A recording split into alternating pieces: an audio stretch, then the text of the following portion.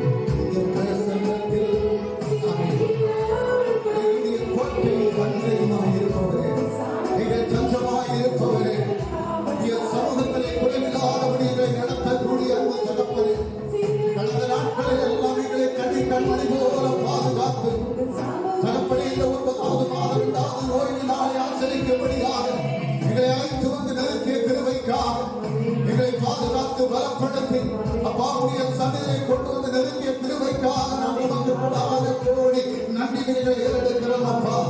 ஆண்டவரே, எங்களுடைய வாழ்க்கை எல்லாம் பொய்யானதாக இருந்தது, அதை மெய்யாக மாற்றினீர் ஆண்டவரே. எங்களை கர்த்தாவே, இந்த மண்ணான எங்களை நீர் தெரிந்து கொண்ட கிருபைக்காக உமக்கு நாங்கள் நன்றி செலுத்துகிறோம். ஆண்டவரே, உண்மையான சேற்றில் கிடந்த எங்களை கரமுடித்து தூக்கி உயர்த்திய அந்த கிருபைக்காக நாங்கள் உமக்கு நன்றி செலுத்துகிறோம். உம்முடைய பிரசன்னத்தை நாங்கள் உணரும்படியாக, உம்முடைய ஆவியினால் நிரப்பப்படும்படியாக, ஆவியின் அபிஷேகத்தின் வல்லமையால் நாங்கள் ஒவ்வொருவரும் நிரப்பப்பட்டு எங்களுக்குள் இருக்கக்கூடிய எல்லா குறைவுகளும் இயேசு கிறிஸ்து வல்லமையான நாமத்தில் மாற்றப்படும்படியாக உம்மை வல்லமையோடு ஆராதனை செய்ய, முழு உள்ளத்தோடு ஆராதனை செய்ய, பரிசுத்தமான எண்ணத்தோடு ஆராதனை செய்ய கர்த்தர்கள் உதவி செய்யும்படியாக உம்முடைய கரத்திலே தாழ்த்தி ஒப்புக்கொடு. கர்த்தர்களோடு கூட தங்கும் அப்பா. இயேசு கிறிஸ்து வல்லமையான நாமத்தில் செபிக்கிறோம் பிதாவே. ஆமென். நாம் எல்லாரும் தெய்வ சமூகத்தில் எழுந்து நின்று ஹல்லேலூயா. ஆமென். உம்மை நம்புனா பாக்கியவான், உம்மையே நம்பி இருப்பேன். மன்பை நம்புனா பாக்கியவான், மன்பையே நம்பி இருப்பேன் என்று சொல்லக்கூடிய பாடலை ஆமென் ஸ்தோத்திரம்.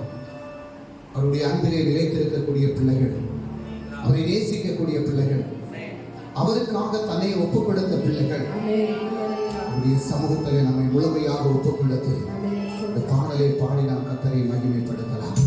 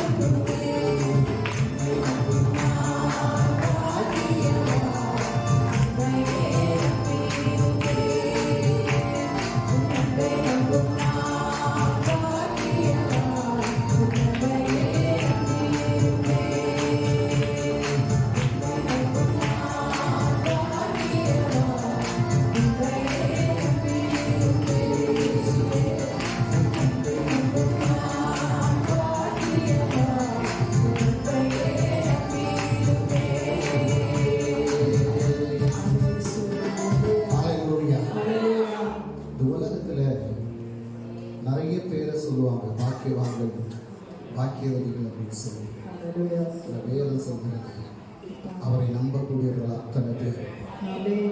பாக்கியவான்கள். Amen. Hallelujah. ஆமை ஸ்தோத்திரம். தாவீதுடைய வாழ்க்கையிலே அநேக போராட்டங்கள் வந்தது. கடைசி வரையிலும் அவன் அவரையே நம்பி வாழ்ந்தான். Amen. யோபனுடைய வாழ்க்கையில எல்லாம் இழந்து போனான். இழந்து போன நிலைமையிலும் கூட அவன் கர்த்தரை விட்டு விலகாதபடி அவரை நம்பி இருந்தது நிமித்தம் அவன் இழந்து போனதை எல்லாம் இரண்டத்தனையாக பெற்றுக்கொள்ள முடியாத கர்த்தர் அவன் எனக்கு அருமையான தெய்வத்திலே நீங்கள் எதை இழந்திருக்கிறீர்களோ அவன் சொத்தம் எதை குறித்து நீங்கள் சிந்தித்துக் கொண்டிருக்கிறீர்களோ அந்த காரியத்தில் ஒரு அற்புதத்தை செய்வதற்கு கர்த்தர் போதுமானவர். நான் நம்ப வேண்டியது கர்த்தரை மட்டும். நீ உலகத்தை நம்பினார், உலக மனிதர்களை நம்பினார், அவர்கள் சொந்த பந்தங்களை நம்பினார், அவர்கள் எல்லாம் அவனை விட்டு விட்டு விலகி ஓடி போவார்கள். ஆனால் ஒரு நாள் விட்டு விலகாத ஒரு தெய்வம் அவர்தான் கர்த்தராகிய இயேசு கிறிஸ்து. அவருடைய நாமத்தை நீ மகிமைப்படுத்தும் போது இழந்ததை மறுபடியும் பெற்றுக் கொள்வதற்கு உடைய வாழ்க்கையிலே போராட்டங்களை மாற்றி வெற்றியை தருவதற்கு அவர் போதுமானவராக இருக்கிறார். காரணம் அவர் நம்மை பெயர் சொல்லி அழைத்திருக்கிறார். என் தாயின் கருவினை உருவாவதற்கு முன்பாக உங்களை கண்டிருக்கிறேன் என்று சொன்ன தேவன் அவருடைய உள்ள கைகளிலே நம்மை வரைந்திருக்கிறேன் என்று சொல்லி இருக்கிறார். அவரை கரம் பிடித்து நடத்தக்கூடிய தேவன், நம்மை உருவாக்கி உயர்த்தக்கூடிய தெய்வம், ஒன்றுமில்லாதபடி இருந்த நம்மை ஸ்தோத்திரம் அழைத்து வந்து பெயர் சொல்லி அழைத்து கொண்டு வந்து நம்மை ஆசீர்வதித்து உயர்த்திய தேவன். தெய்வத்தை நாம் ஆராதிக்கும்படியாக ஆமெனுடைய வாழ்க்கை எல்லாம் வறண்ட நிலமாய் இருந்தது. அது ஒரு வனாந்தரத்தை போல இருந்தது. ஆனால் இன்று எனக்கு செழிப்பை தந்திருக்கிறார். ஹல்லேலூயா. அந்த செழிப்பை தந்த கர்த்தரை நாம் ஆராதிக்கும்படியாக சத்தம் உயர்த்தி வல்லமையோடு கரங்களை அடித்து நமது பாடலை பாடி கர்த்தரை மகிமைப்படுத்தலாம்.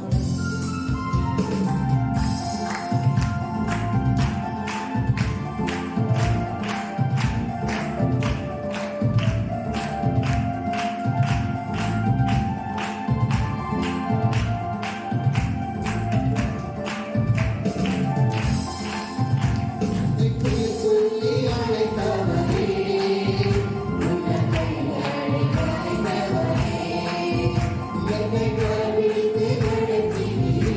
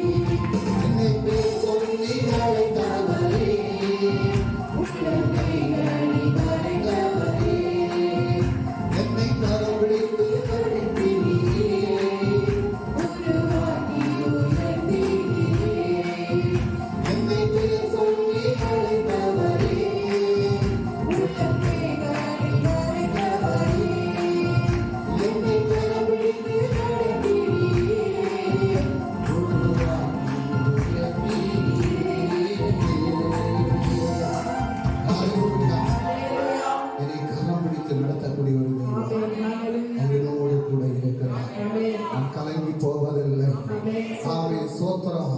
ஒரு நேரத்திலே கைவிடப்பட்டிருந்தேன், ஆனால் என்னை கரம் பிடித்து தூக்கிய இயேசு இன்று வரைக்கும் என்னை கைவிடாதபடி நடத்துகிறார். ஆமென். அதனால் அவரை கருத்தாய் நான் துதிப்பேன். அவர் செய்த நன்மைகளை நினைத்து நான் அவரை துதிப்பேன். இதற்கு சொல்ல முடியும். ஹல்லேலூயா. ஒரு மலையாள பாடலை பாடி கர்த்தரை மகிமைப்படுத்த போகிறோம். ஆமென் சோத்திரம். சில மாதங்களுக்கு முன்பாக பாடின ஒரு பாடல், நீ என்றே சர்வமும், நீ எனக்குள்ளவன், நீ என்றே சர்வமும் எல்லாவற்றிலும், நின் ஜீவன் எனக்காய் நீர் தந்ததினால் நீ என்றே சர்வமும் எல்லாற்றிலும். தேனிலும் மதுரமா, தேனிலும் மதுரமா இயேசு கிறிஸ்து. ஹல்லேலூயா. இயேசு கிறிஸ்து தேனிலும் மதுரமானவர். அவரை ருசித்தறிந்தவர்கள் ஒரு நாளும் அவருடைய அன்பை விட்டு விலகி போக முடியாது. ஹல்லேலூயா. அவரை ருசித்தறியக்கூடிய ஜனங்களாக மாறணும். ஆமென் ஸ்தோத்திரம். அவருடைய வாழ்க்கையிலே நிறைய அற்புதங்களை செய்திருக்கிறார். ஹல்லேலூயா. முதலாவது செய்த அற்புதம் கானா ஒரு கல்யாண வீட்டிலே, அங்குதான் மதுரமான திராட்சரசத்தை கொடுத்து அவரை ருசித்தறியும்படியாக அற்புதம் செய்தவர். ஹல்லேலூயா. ஆமென். அந்த பாடலை நாம் பாடி கர்த்தரை மகிமைப்படுத்தலாம். நீ என்றே சர்வமும், நீ எனக்குள்ளவன். ஸ்தோத்திரம். நமக்குள்ள தெய்வம், எனக்குள்ளது எல்லாமே அவர் எனக்கு தந்தது. எத்தனை பேருக்கு சொல்ல முடியும்? இன்றைக்கு நான் அவருடைய சமூகத்தில் நிற்கிறேன் என்றால் அது அவர் தந்த கிருபை. ஹல்லேலூயா.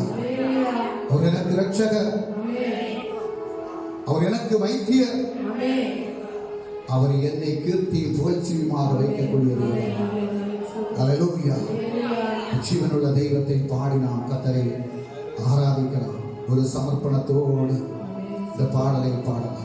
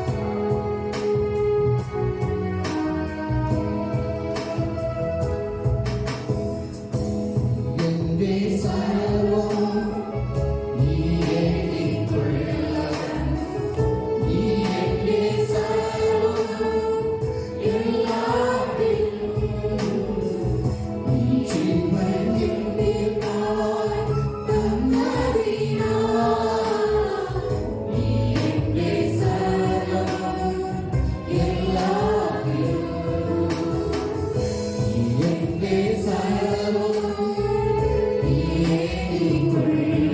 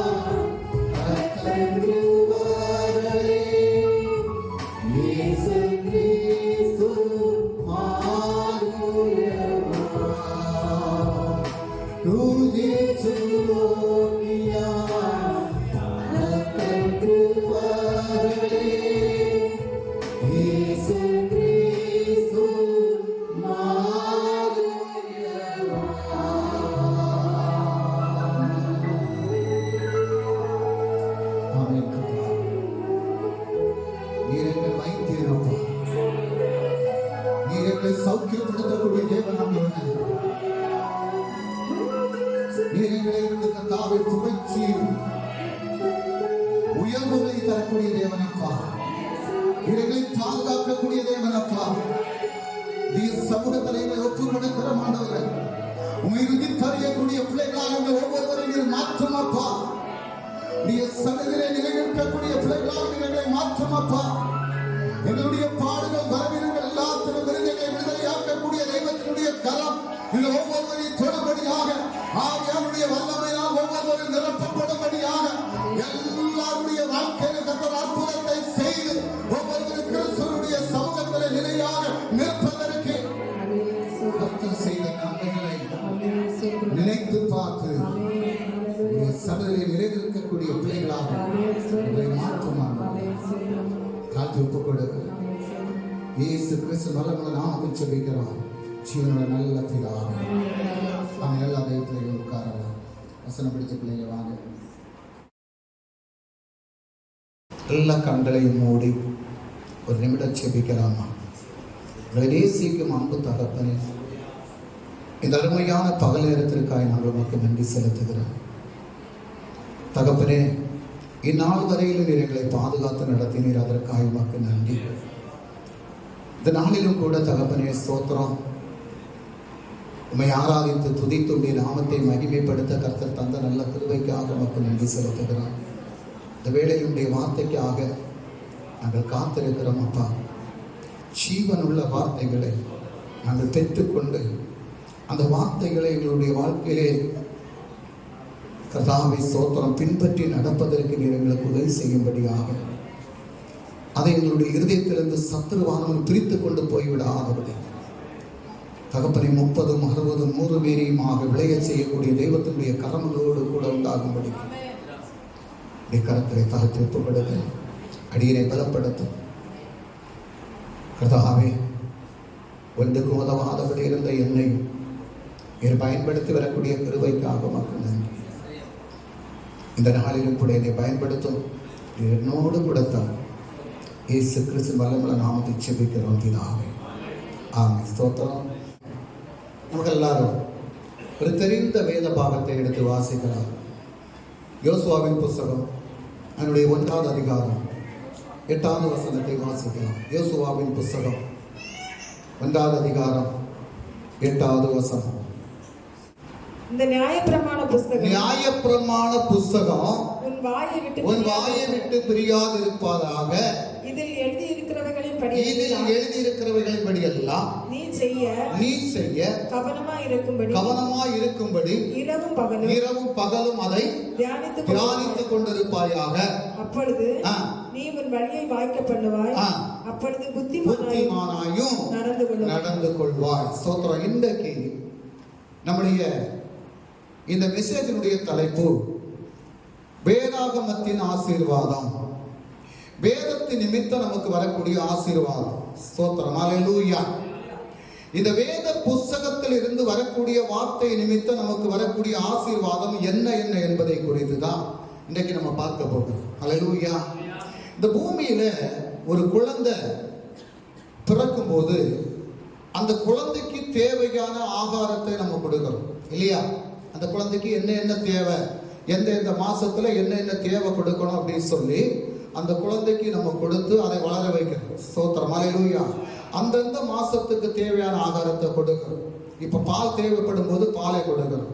என்ன, அதுக்கப்புறம் அதுக்கு என்ன தேவை இருக்கிறதோ அந்த குழந்தை வளர்ந்து பெருகும்படியாக என்ன தேவை இருக்கிறதோ அதை கொடுக்கிறோம். ஸ்தோத்திரம். அதுபோல நம்முடைய ஆத்துமா ஏற்றமும் பிரதானப்பட்டது.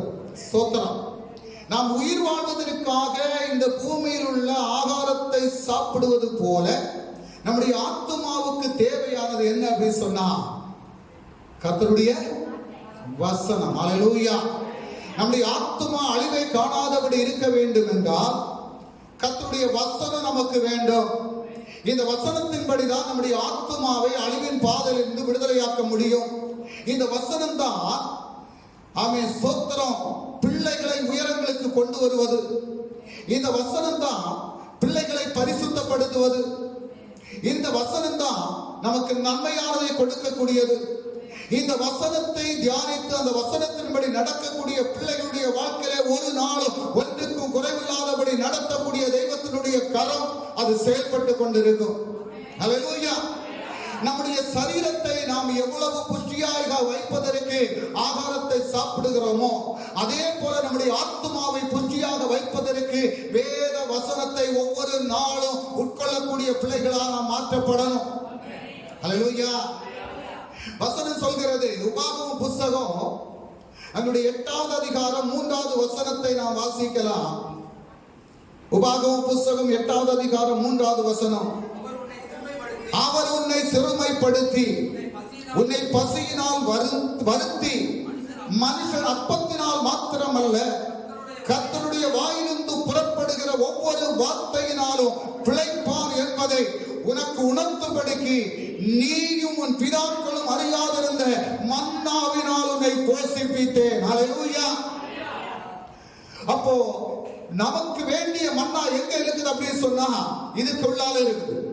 ஒரு கிறிஸ்தவ பிள்ளைக்கு ஆமென், ஒரு ரட்சிக்கப்பட்ட பிள்ளைக்கு ஆமென் ஸ்தோத்திரம் இந்த பூமியில வாழ்வதற்கான மன்னா இந்த வேத புத்தகத்துக்குள்ளாக இருக்கிறது. எத்தனையோ இந்த வேத புத்தகத்திலே ஒரு மனிதனுக்கு தேவையான அத்தனையும் இதுக்குள்ளால இருக்கிறது.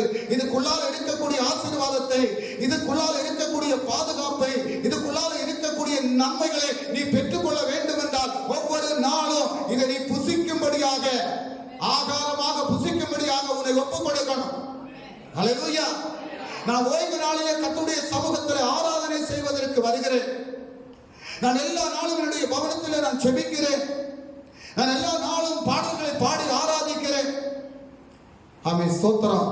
ஆனால் அதை விடவும் பிரதானப்பட்ட காரியம் என்ன அப்படின்னு சொன்னா கர்த்தருடைய வேதம். ஹல்லேலூயா. கர்த்தருடைய வேதம். விக்டோரியா ராணி என்று ஒரு பெரிய ராணி இருந்தாங்க. உலக புகழ்பெற்ற ஒரு ராணி. ஸ்தோத்திரம். உலகமே அவங்களை குறித்து பேசுவாங்க. ஸ்தோத்திரம். அப்படி புகழ்பெற்ற அந்த ராணியின் இடத்துல ஒரு மனுஷன் போய் கேட்டார், உங்களுடைய பெயர் இவ்வளவு புகழோட இருப்பதற்கு காரணம் என்னவென்று.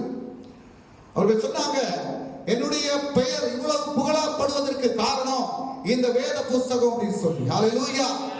இதை சுமந்தவர்கள் ஒரு நாள் வெட்கப்பட்டு போனதில்லை. இதை படித்தவர்கள் ஒரு நாளும் இதுவரையில் வெட்கப்பட்டு போனதில்லை.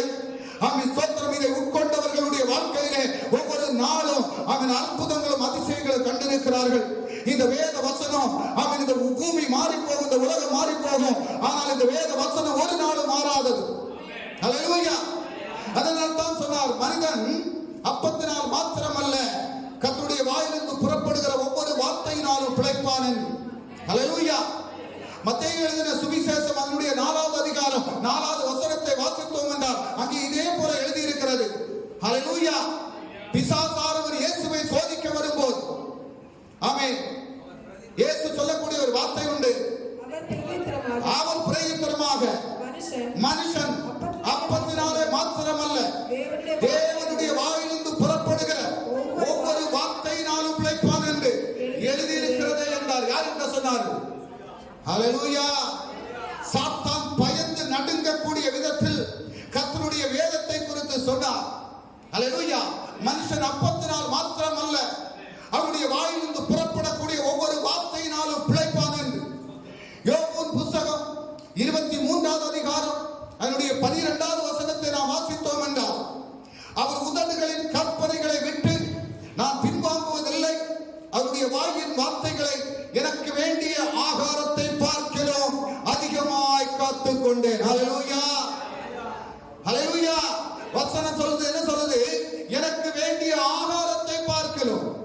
இந்த சரீரம் வளருவதற்கு நான் சாப்பிடக்கூடிய ஆகாரத்தை விடவும் அதிகமாக எதை காத்துக் கொண்டேன் என்று சொல்றாரு? வேதத்தை காத்துக் கொண்டேன். ஹல்லேலூயா. ஸ்தோத்திரம். யோபுவின் புத்தகம் 23வது அதிகாரம் 12வது வசனம். ஆமென். ஹல்லேலூயா. இன்னொரு வசனத்தை கூட வாசிக்கலாம். 1 பேதுரு என்னுடைய 2வது அதிகாரம் 3வது வசனத்தை வாசிக்கலாம். 1 பேதுரு 2வது அதிகாரம் 3வது வசனம். நீங்கள் வளரும்படி புதிதாய் பிறந்த குழந்தைகளைப் போல திரு வசனமாகிய களங்கமில்லாத ஞான பாலின் மேல் வாஞ்சையாயிருங்கள். ஹல்லேலூயா. முதலாவதாக இந்த வேத வசனம் நமக்கு ஆத்தும போஜனமாக இருக்கிறது. நம்முடைய ஆத்துமா வளர வேண்டும் என்றால், நம்முடைய ஆத்துமா பரிசுத்தமடைய வேண்டும் என்றால், நம்முடைய ஆத்துமாவிலே ஒரு மாற்றம் வர வேண்டும் என்றால் இது ஆத்தும போஜனமாக நம்முடைய வாழ்க்கையிலே மாற்றப்பட வேண்டும். ஹல்லேலூயா. உலகத்திலே நாம் எதை தேடி போனாலும், எதை நாடி போனாலும் அதெல்லாம் நமக்கு நன்மையை தரக்கூடியது அல்ல. தேவனுடைய வார்த்தை நமக்கு ஆத்தும போஜனமாக இருக்கும் என்றால் நம்முடைய வாழ்க்கையிலே நன்மையானதை காண முடியும். நீங்கள் வளரும்படி ஒவ்வொரு நாளும் நீங்க வளரணும். எதில வளரணும் அப்படின்னு சொன்னா, அவன் திரு வசனமாகிய களங்கமில்லாத ஞான பாலை நீங்கள் குடித்து நீங்கள் வளரக்கூடிய பிள்ளைகளா மாற்றப்படணும். அவன் கர்த்தரால் தெரிந்து கொள்ளப்பட்ட, ரட்சிக்கப்பட்ட, வேத வசனத்தின் அடிப்படையில் நடக்கக்கூடிய ஒவ்வொரு பிள்ளைகளும், ஆமென், ஸ்தோத்திரம், பிறந்த குழந்தைகளைப் போல திரு வசனமாகிய களங்கமில்லாத ஞான பாலின் மேல் வாஞ்சையுள்ளவர்களாக நீங்க இருக்கணும். ஹல்லேலூயா. ஆமென், ஸ்தோத்திரம். ஆபிரகாம் லிங்கர் ஒரு முறை சொன்னாராம். என்ன சொன்னார் அப்படின்னா, மனிதனுக்கு தேவன் கொடுத்த மிகப்பெரிய நன்கொடை என்னவென்றால் அது வேதாகமம் என்று. ஸ்தோத்திரம்.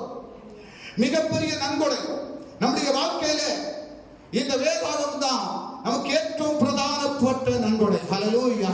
இதை ஆமென் ஸ்தோத்திரம். சில நேரத்தில் இந்த பூமியில பிரதான மந்திரியுடைய அந்த பதவி கிடைத்திருக்கலாம், ஆனா அதெல்லாம் இதுக்கு கீழே தான். ஹல்லேலூயா ஆமென் ஸ்தோத்திரம். இதுதான் நம்மை உயர்த்தக்கூடியது, இதுதான் நம்மை ஆசீர்வதிக்கக்கூடியது. ஹல்லேலூயா. இரண்டாவதாக இந்த வேத புத்தகம் எப்படிப்பட்டது என்றால் அது ருசிகரமானது, நமக்கு பலனை தரக்கூடியது. வாசிக்கலாம் சங்கீதம் 19வது அதிகாரம் 10வது வசனம். இன்னைக்கு நம்ம பாடணும் ஹல்லேலூயா. தேனிலும் மதுரமா அப்படி நம்ம ஒரு பாட்டை பாடணும். ஸ்தோத்திரம். வசனம் சொல்லுது பாருங்க, அவைகள் பொன்னிலும் மிகுந்த பசும் பொன்னிலும் விரும்பப்படத்தக்கதும் தேனிலும் தேன் கூட்டிலிருந்து ஒழுகும் தெளித்தேனிலும் மதுரம் உள்ளதுமாயிருக்கிறது. ஹல்லேலூயா. தேன் கூட்டிலிருந்து ஒழுகக்கூடிய தேன் எத்தனை பேர் குடிச்சிருக்கிறீங்க? ஸ்தோத்திரம். ഏറ്റവും மதுரம் உள்ளதா இருக்கும். ஹல்லேலூயா. அதை விடவும் மதுரம் உள்ளதுதான் தேவனுடைய வார்த்தை. அதை விடவும் மதுரம் உள்ளது, அதை விடவும் ருசிகரமானதுதான் தேவனுடைய வார்த்தை. தெய்வ பிள்ளைகளுடைய வாழ்க்கையில ஆமென் ஸ்தோத்திரம் ருசிகரமானது என்னவென்றால் தேவனுடைய வார்த்தை.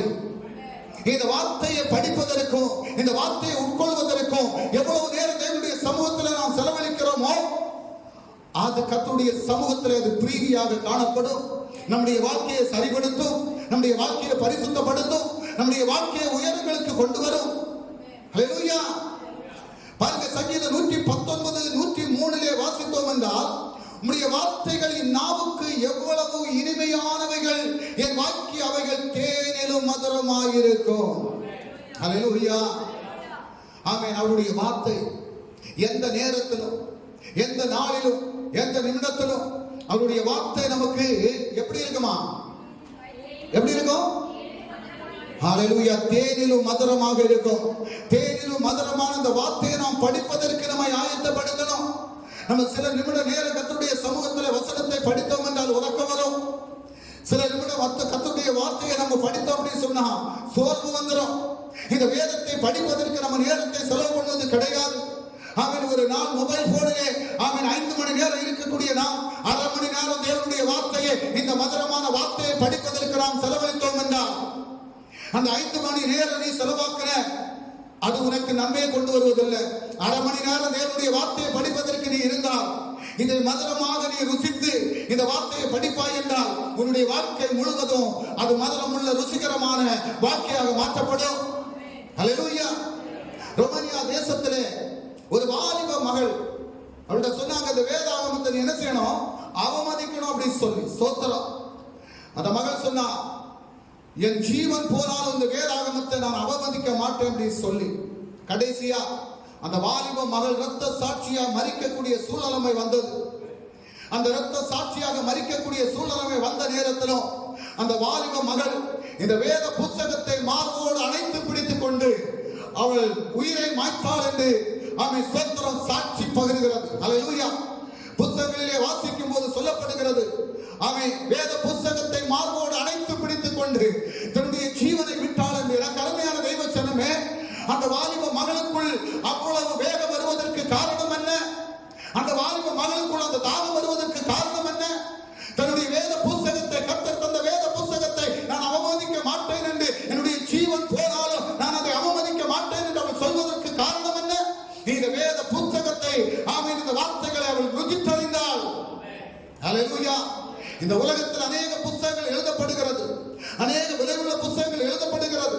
ஆனால் எழுதப்படக்கூடிய புத்தகம் ஹல்லேலூயா நீ ஒரு முறை படித்து அடுத்த முறை படிக்கும் போது அது உனக்கு மடிப்பை கொண்டு வரும். ஆமென். அது உனக்கு சோர்வை கொண்டு வரும்.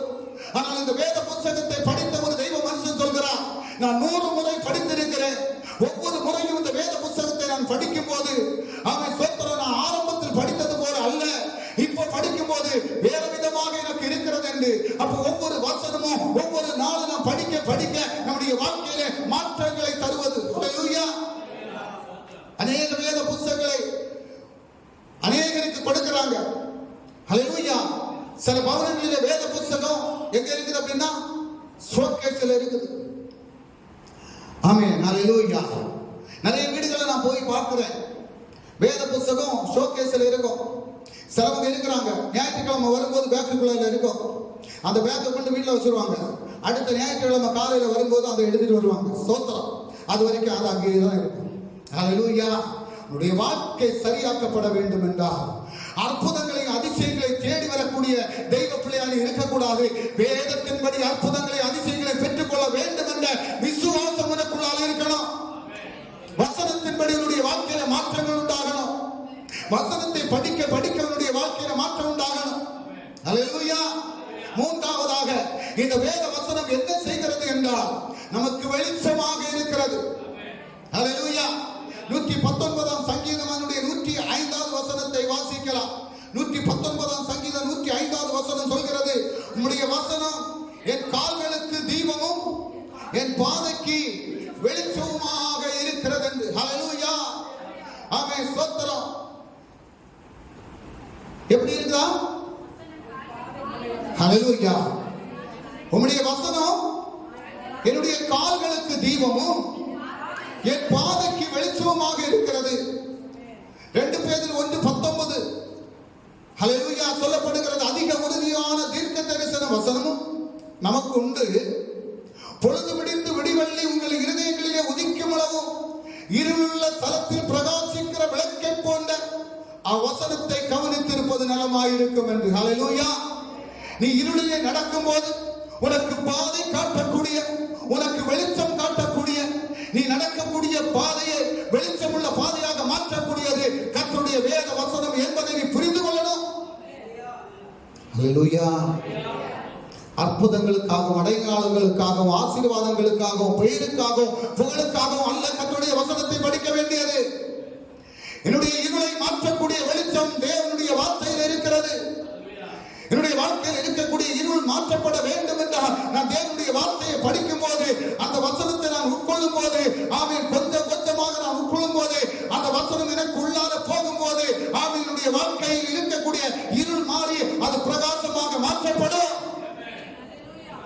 ஹல்லேலூயா. சங்கீதம் 119 130 சொல்லப்படுகிறது, உம்முடைய வசனத்தின் பிரசித்தம் வெளிச்சம் தந்து பேதைகளை உணர்வுள்ளவர்களாக்கும், பேதைகளை ஞானி உள்ளவர்களாக மாற்றக்கூடியது. ஆமென். ஒன்றுக்கு உதவாத சாலமோன் ஆண்டவருடைய சமூகத்தில் கேட்ட, ஆண்டவரே எனக்கு என்ன வேணும்? ஞானம் வேணும். ஹல்லேலூயா. ஞானத்தை தரக்கூடியது தெய்வத்தினுடைய வேத வசனம். ஆமென். இன்றைக்கு நான் போகக்கூடிய பாதையிலே, ஹல்லேலூயா, இருளான பாதையாக இருக்கிறது. அந்த பாதையில் எனக்கு ஒரு வெளிச்சம் வேண்டும் என்று விரும்பினால் கர்த்தருடைய வார்த்தை உன்னுடைய இருதயத்தில் இருந்தால் அது வெளிச்சமாக உன்னை நடத்தும். ஹல்லேலூயா. ஹல்லேலூயா. ஆமென். ஸ்தோத்திரம். நீங்க எல்லாரும் பார்த்திருப்பீங்க கப்பல். ஆமென். இந்த கப்பல் யாத்திரை செய்ய போகும்போது கடல்ல போறாங்க. அவங்க திசையை எப்படி பார்ப்பாங்க? எந்த திசையில போறோம்னு எப்படி தெரியும் அவங்களுக்கு? ஒரு துருவ நட்சத்திரம் இருக்கும். ஸ்தோத்திரம். அதுதான் அவங்களுக்கு பாதையை காட்டக்கூடியது. அது வெளிச்சமாக அவங்களுக்கு பாதை காட்டுவது போல நீ போகக்கூடிய பாதை இருளாக இருந்தால், அந்த பாதையில கர்த்தருடைய வசனம் இருந்தால், ஆமென், ஸ்தோத்திரம், அந்த பாதையை வெளிச்சமாக மாற்றி நீ சேர வேண்டிய இடத்துல கொண்டு சேர்க்கக்கூடியது கர்த்தருடைய வேத வசனம். ஹல்லேலூயா. இன்னைக்கு அநேகர் வேத வசனத்திற்கு முக்கியத்துவம் கொடுக்கிறது இல்லை. வசனத்தை படிப்பதற்கு தேவனுடைய சமூகத்தில் காத்திருப்பதில்லை. கொஞ்ச நேரம் நம்ம படிச்சோம் அப்படி சொன்னா சோர்வு வந்துருது. நேரம் இல்லை. ஆமென். ஸ்தோத்திரம். வேலை செய்யணும் அப்படின்னு சொன்னா 8 மணி நேரம் 10 மணி நேரம் 13 மணி நேரம் வேலை செய்யறோம். இந்த வேலை செய்யறதுக்கு உனக்கு பலத்தை சக்தியை தரக்கூடியது கர்த்தர். ஹல்லேலூயா. இந்த பலத்தை சக்தியை தரக்கூடிய கர்த்தரை நீ தேடுவதற்கு தேவனுடைய சமூகத்தில் இருக்கணும். வேத வசனத்தை நீ படிக்கணும். அந்த வசனத்தினால் உன்னுடைய வாழ்க்கையை சரிபடுத்திக் கொள்ளணும். அந்த வசனத்தினால் உன்னுடைய வாழ்க்கையை வெளிச்சமாக மாற்றிக் கொள்ளணும். உன்னுடைய இருள் மாற்றப்படுவதற்கு வேத வசனம் வெளிச்சத்தை தரும். ஹல்லேலூயா. படிக்க தெரியாம எத்தனை பேர் இருக்கிறீங்க? படிக்க தெரியாதவங்க எத்தனை பேர் இருக்கிறீங்க? கைகளை தூக்குங்க பார்ப்போம். படிக்க தெரியாதவங்க கைகளை தூக்குங்க. ஸ்தோத்திரம். ஒண்ணுமே படிக்க தெரியாதவங்க, ஒண்ணுமே படிக்க தெரியாதவங்க, ஸ்தோத்திரம். எல்லாரும் ஒரு போன் வாங்குங்க. ஸ்தோத்திரம். என்ன என்ன வாங்கணும்? போன் வாங்கணும். எத்தனை பேர்ட்ட போன் இருக்கு? எல்லாத்தையும் போன் இருக்கும். போன் இல்லாதவங்க இப்போ யாரும் இல்லை. அந்த போனில் என்ன செய்யணும் அப்படின்னா வேத வசனத்தை ரெக்கார்டு அதில் இருக்கும். ஸ்தோத்திரம். அதை எடுத்து கேட்டுட்டே இருக்கு. நான் பல வருஷங்களுக்கு முன்னால ஒரு வீட்டுக்கு போனேன். அந்த வீட்டில் அப்போ எல்லாம் ஆடியோ தான். அப்போ சிடி, அந்த சிடியை போட்டு விட்டுருக்குறாங்க. அந்த வீட்டில் அவங்க வேலை பார்த்துட்டு இருக்கிறாங்க. இந்த வசனம் அந்த வீட்டில் பேசிட்டே இருக்குது, வசனம் சொல்லிட்டே இருக்குது. ஸ்தோத்திரம். சில வீடுகளில் நம்ம போகும்போது கிறிஸ்தவ பாடல்கள் ஒலித்து கொண்டே இருக்கும். ஸ்தோத்திரம். அப்போ அந்த பாடல்கள் நம்முடைய பவனத்தில் ஒலிக்கும் போது என்ன வராது தெரியுமா? என்ன வராது? சத்துரு வரமாட்டான். பாதையின் கூடாரத்தை அணுகாது அப்படின்னு சொல்லி வசனம் இருக்குது. என்ன அந்த வசனம் நம்முடைய வாழ்க்கையில நிறைவேற்றப்படணும் அப்படின்னா நம்ம என்ன செய்யணும்? வசனத்தையும் படிக்கணும். ஸ்தோத்திரம். பாடல் சத்தம், தேவனை ஆராதிக்கக்கூடிய, தேவனை மகிமைப்படுத்தக்கூடிய பாடல் சத்தம் வீட்டில் கேட்டுக்கொண்டே இருந்து அப்படின்னு சொன்னா சத்துரு நம்ம வீட்டுக்குள்ளால வரமாட்டான். ஹல்லேலூயா. எல்லா வீட்லயும் டிவி இருக்குது. ஸ்தோத்திரம். 1000 ஸ்தோத்திர பலிகள் எல்லா நாளும் ஆசீர்வாதம் சேனல்ல வரும். போட்டு விட்டுட்டு வீட்டில் வேலையை பாருங்க. நம்ம அதை செய்ய மாட்டோம். ஸ்தோத்திரம். அதை செய்யறதுக்கு பதிலாக நம்ம வேலை செய்வோம். ஹல்லேலூயா. அது கர்த்தருடைய நாமத்தை மகிமைப்படுத்தக்கூடியது, நம்முடைய வாழ்க்கையை சரிப்படுத்தக்கூடியது, நம்மை பரலோகத்துக்கு கொண்டு செல்வது, நம்முடைய வாழ்க்கையை ருசிகரமாய் மாற்றக்கூடியது, நம்முடைய வாழ்க்கையில ஆசீர்வாதத்தை தரக்கூடியது, நம்முடைய வாழ்க்கையில பலனை தரக்கூடியது, சக்தியை தரக்கூடியது, வல்லமையை தரக்கூடியது, ஒவ்வொரு நாளும் நம்மை பாதுகாத்து நடத்தக்கூடியது.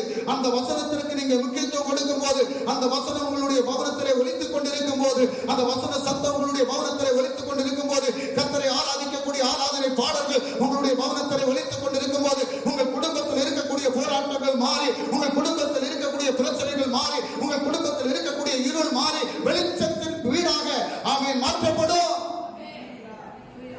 ஹல்லேலூயா. நம்ம மாற்றிக்கொள்ளணும். 4வதாக வேதாகமும் நம்முடைய வாழ்க்கையை சுத்திகரிக்கக்கூடியது. வேத வசனம் என்ன செய்தான்? நம்முடைய வாழ்க்கையை சுத்திகரிக்குமா? பாருங்க, 119ஆம் சங்கீதம் 9வது வசனம் சொல்லுது, வாலிபன் தன் வழியை எதனால் சுத்தம் பண்ணுவான்? உமது வசனத்தின்படி தன்னை காத்து கொள்ளுகிறதுனால் தானே. ஹல்லேலூயா. ஹல்லேலூயா. வாலிபன் எதனால் நம்மை சுத்திகரித்துக் கொள்வான்? வேத வசனத்தின்படி. வேத வசனத்தை படிக்க படிக்க நம்முடைய வாழ்க்கை சுத்திகரிக்கப்படும். நம்முடைய வாழ்க்கையில மாற்றங்கள் உண்டாகும்.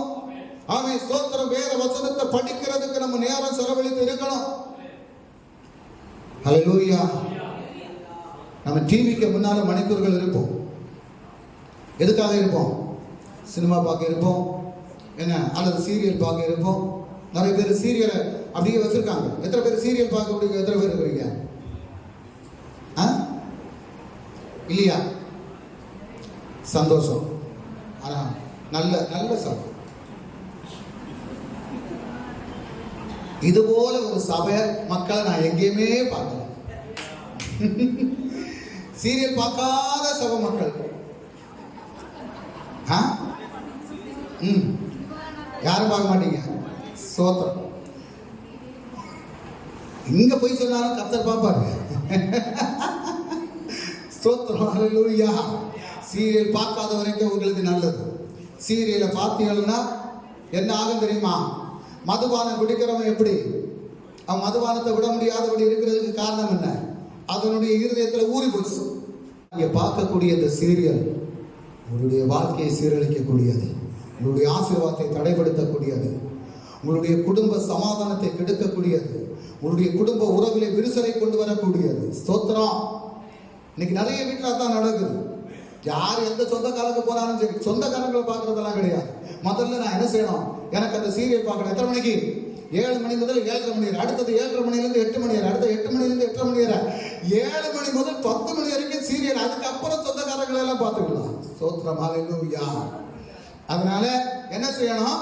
கர்த்தருடைய பிள்ளைக்கு நம்ம அதுல இருந்து மாறணும். ஸ்தோத்திரம். சீரியல் இருந்து மாறணும். ஏன்னா வசனம் சொல்லுது, என்ன சொல்லுது? என்ன? வாலிபன் தன் வழியை எதனால் சுத்தம் பண்ணுவான்?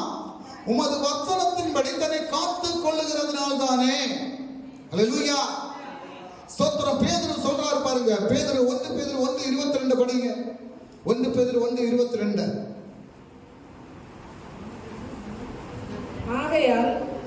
நீங்கள் மாயமற்ற சகோதர சிநேகமுள்ளவர்களாகும்படி ஆவியினாலே சத்தியத்திற்கு கீழ்ப்படிந்து உங்கள் ஆத்துமாக்களை சுத்தமாக்கி கொண்டவர்களாய் இருக்கிறபடியால் சுத்த இருதயத்தோடே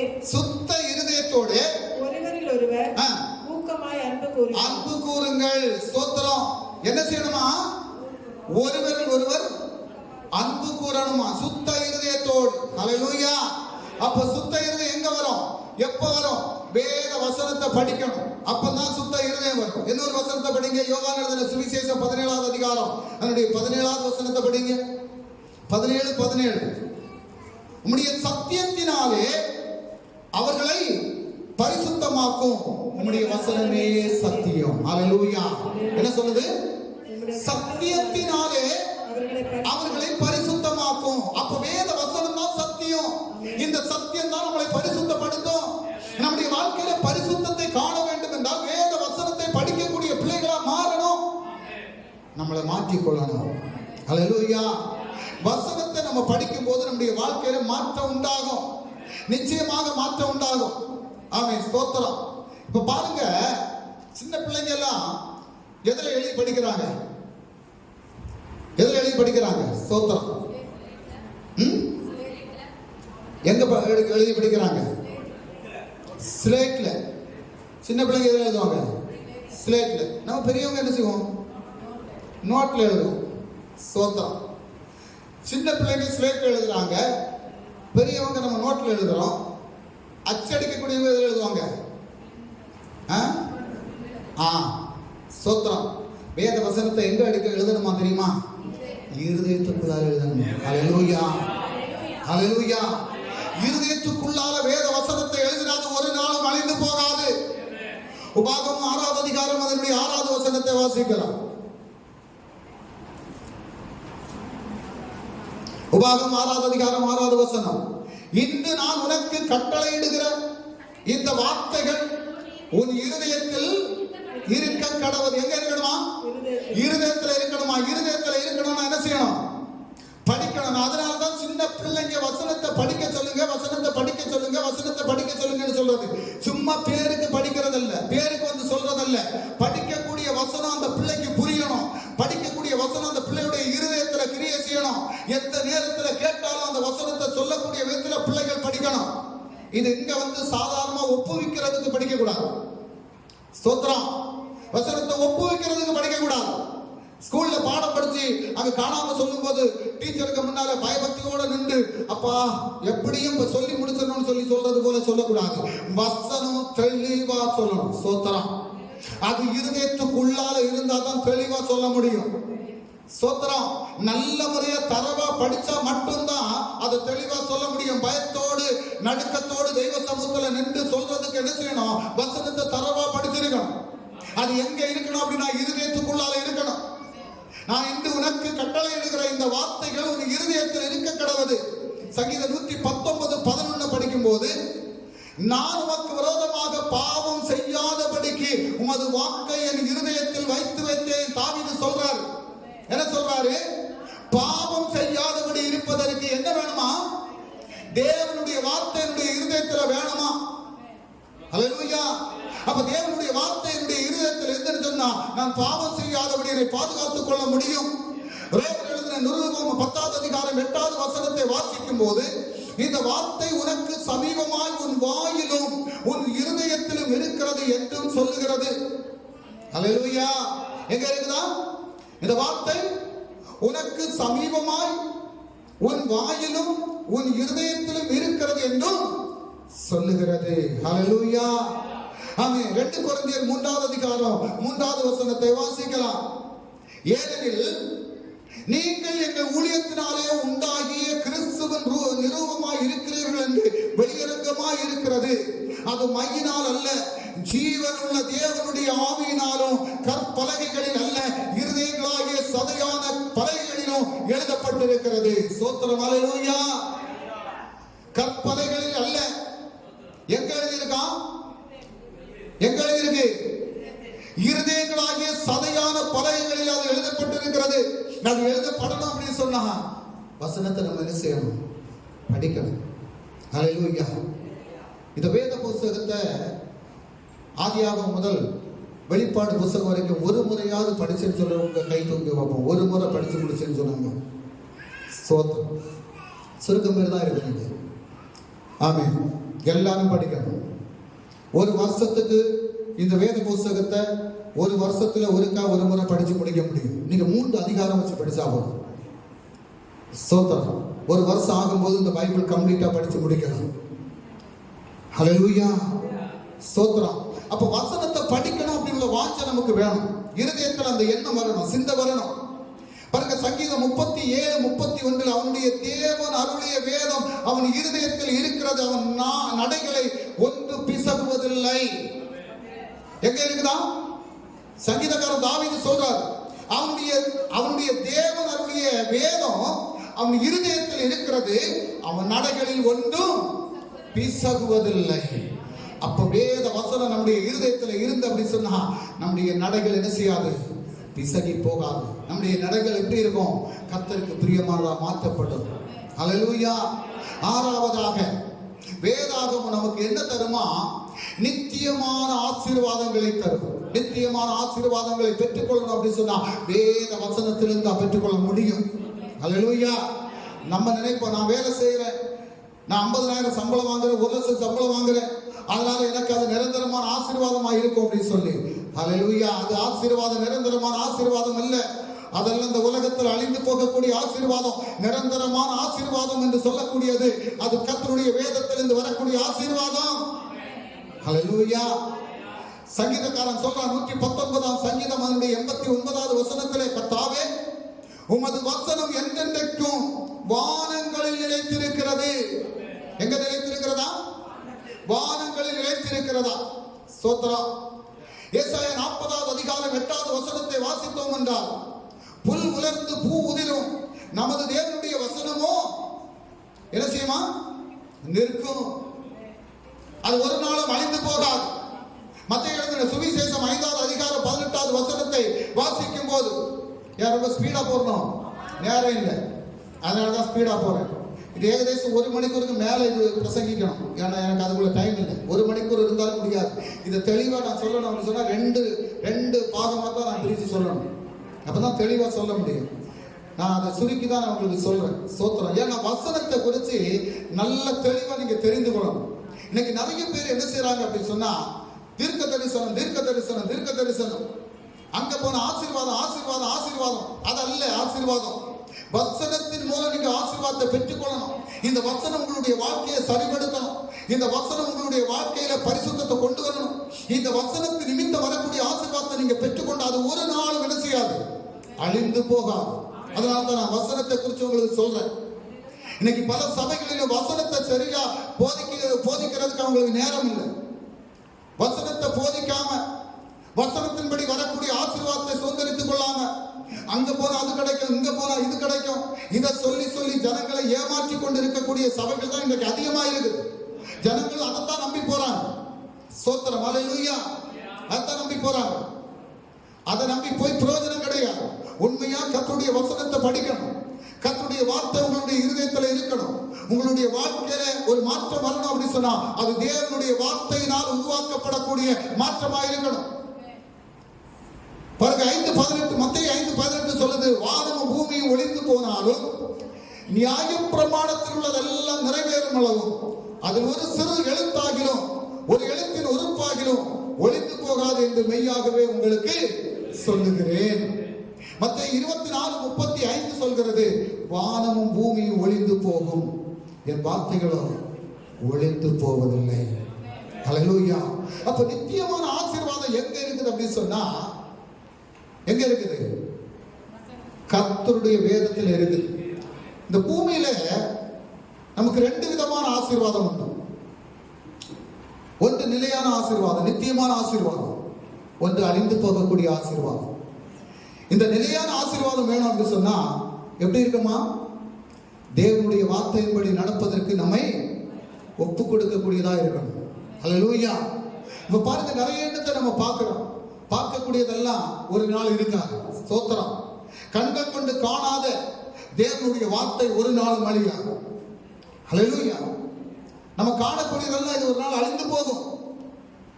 காணக்கூடியதெல்லாம் அழிந்து போகும். காணாத தேவனுடைய அந்த மகிமை ஒரு நாள் அழிந்து போகாது. அதனால நீங்க என்ன செய்யணும்? பரலோகத்திற்குரிய ஆசீர்வாதங்களை உங்களுடைய வாழ்க்கையிலே பெற்றுக் கொள்வதற்காக தேவனுடைய சமூகத்தில் கர்த்தருடைய வார்த்தையை ஆமென் ஸ்தோத்திரம் தியானிக்கக்கூடிய பிள்ளைகளாக இம்மையிலும் மறுமையிலும் ஆமென் தேவனுடைய அந்த ஆசீர்வாதத்தை பெற்றுக்கொண்டு அதை சுதந்திரித்துக் கொண்டு கர்த்தருடைய சமூகத்திலே நிலையாக நிற்பதற்கு உங்களை ஆயத்தப்படுத்திக் கொள்ளணும். இதுவரையில் வேதத்தை படிப்பதற்கு நேரம் செலவாக்காதவங்க, வேத வசனத்தை ஆமென் ஸ்தோத்திரம் அறியாதபடி இருக்கக்கூடியவங்க, வேத வசனத்தின்படி நடக்காதவங்க, இன்று முதல் உங்கள் ஆயத்தப்படுத்துங்க. கர்த்தருடைய வருகை சீக்கிரமாக இருக்கிறது. அவருடைய வருகைக்காக ஆயத்தப்படக்கூடிய பிள்ளைங்க உலகத்தினுடைய ஆசீர்வாதத்திற்காக அல்ல, ஆமென் தேவன் தரக்கூடிய அந்த பரிசுத்தமான ஆசீர்வாதத்தை பெற்றுக்கொண்டு பரலோக வாழ்வை பெற்றுக் கொள்வதற்கு உங்களை ஆயத்தப்படுத்திக் கொள்ளுங்க. கர்த்தர் உங்களை ஆசீர்வதிப்பார். ஹல்லேலூயா. நம்ம எல்லாரும் தெய்வ சமூகத்தில் எழுந்து நிற்கலாம். எல்லாரும் தெய்வ சமூகத்தில் எழுந்து நிற்கலாம். ஒரு பாடலை பாடி கர்த்தரை நாம் மகிமைப்படுத்தி நாம் ஜெபித்து முடிக்கலாம். ஒரு பாடலை பாடி ஆண்டவரே உம் பாதம் சரணடைந்தேன். எத்தனை பேருக்கு ஆமென் இந்த வார்த்தைக்கு சரணடைய முடியும்? ஹல்லேலூயா. இந்த வார்த்தையின்படி நடப்பதற்கு உங்களை ஆயத்தப்படுத்தும் போது ஆமென் இதுவரையில் வசனத்தை படிப்பதற்கு, வசனத்தை தியானிப்பதற்கு, இந்த வசனத்தை ருசி பார்க்காதவர்கள் இன்று முதல் வசனத்தை படிப்பதற்கு, தியானிப்பதற்கு, தேவனுடைய சமூகத்திலே காத்திருந்து ஜெபிப்பதற்கு உங்களை ஆயத்தப்படுத்திக் கொள்ளுங்க. வசனத்தை படிப்பதற்கு, வசனத்திற்கு முக்கியத்துவம் கொடுக்கக்கூடியவர்களாக மாறுங்க. உங்க வாழ்க்கையை கர்த்தர் ஆசீர்வதிப்பார்.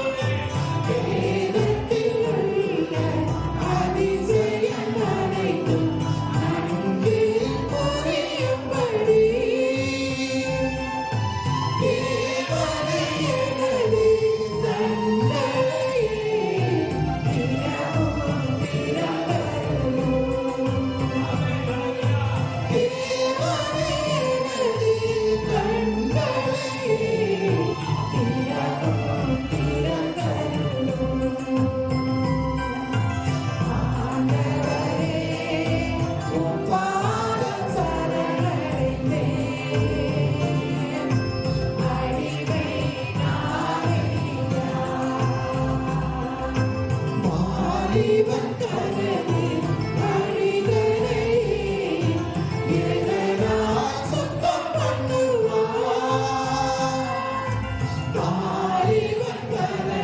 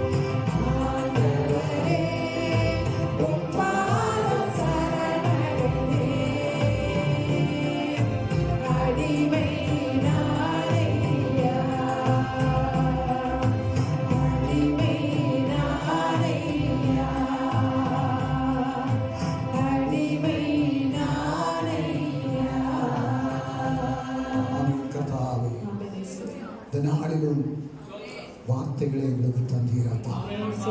உடைய வார்த்தை தான் ஆண்டவர் எங்களுக்கு போஜனம். உடைய வார்த்தை தான் எங்களை பரிசுத்தமாக்கக்கூடிய, உடைய வார்த்தை தான் எங்களை விடுதலையாக்கக்கூடிய, உடைய வார்த்தை தான் எங்களை ஆசீர்வதிப்பது, உடைய வார்த்தை தான் எங்களை பாதுகாப்பது. அந்த வார்த்தையை நாங்கள் ஒவ்வொரு நாள் உட்கொள்வதற்கு அப்பா கர்த்தர் எங்களுக்கு கிருபை செய்யும் அப்பா.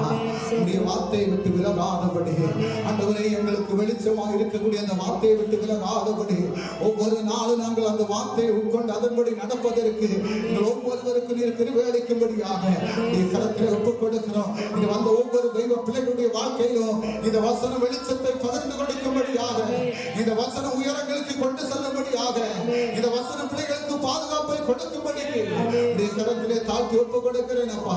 ஒவ்வொரு பிள்ளைகளையும் நீர் ஆசீர்வதியும். ஒவ்வொரு பிள்ளைகளுடைய மடக்க யாத்திரை கர்த்தருடைய கரம் கூட இருந்து நடத்தும்படிக்கு அப்பா எந்த ஆபத்துக்களும் நேரிடாதபடி பிள்ளைகள் குறித்த நேரத்திலே பவனங்களிலே சென்று சேர கர்த்தர் கிருபை செய்யும்படியாக நீ கர்த்தரை ஒப்புக் கொடுக்கிறோம். மீண்டும் நாங்கள் ஒருவரை ஒருவர் காணுவரே எங்கள் ஒவ்வொருவரையுடைய சிறகை நீங்கள் மறைத்து பாதுகாத்துக் கொள்ளும்படியாக நாங்கள் செபிக்கிறோம். கர்த்தர் பாதுகாத்து நடத்தும். இயேசு கிறிஸ்து நல்ல நாமத்தில் செபிக்கிறோம் ஜீவனுள்ள நல்ல பிதாவே. என் ஆத்துமாவே கர்த்தரை ஸ்தோத்திரி, என் முழுவதும் பரிசுத்த நாமத்தை ஸ்தோத்திரி, என் ஆத்துமாவே கர்த்தரை ஸ்தோத்திரி. கர்த்தர் செய்த சகல வாரங்களையும் மறவாதே. ஆமே. நாம் ஆசீர்வாதத்திற்காய் தலைகளை வணங்கலாம். கர்த்தராகிய இயேசு கிறிஸ்து அன்பு பிதாவின் கருணையும் பரிசுத்த ஆவியானுடைய சமாதானமும் சந்தோஷமும் கூட்டாய்மையும் நாம் ஒவ்வொருவரும் மேலும் கர்த்தருடைய இரண்டாவது வருகையில் இருக்குமாறாகட்டும். ஆமென். ஜெயந்தந்த கர்த்தருக்கு அல்லேலூயா, அல்லேலூயா, அல்லேலூயா. ஆமென். கர்த்தாவே வேகம் வரணுமே.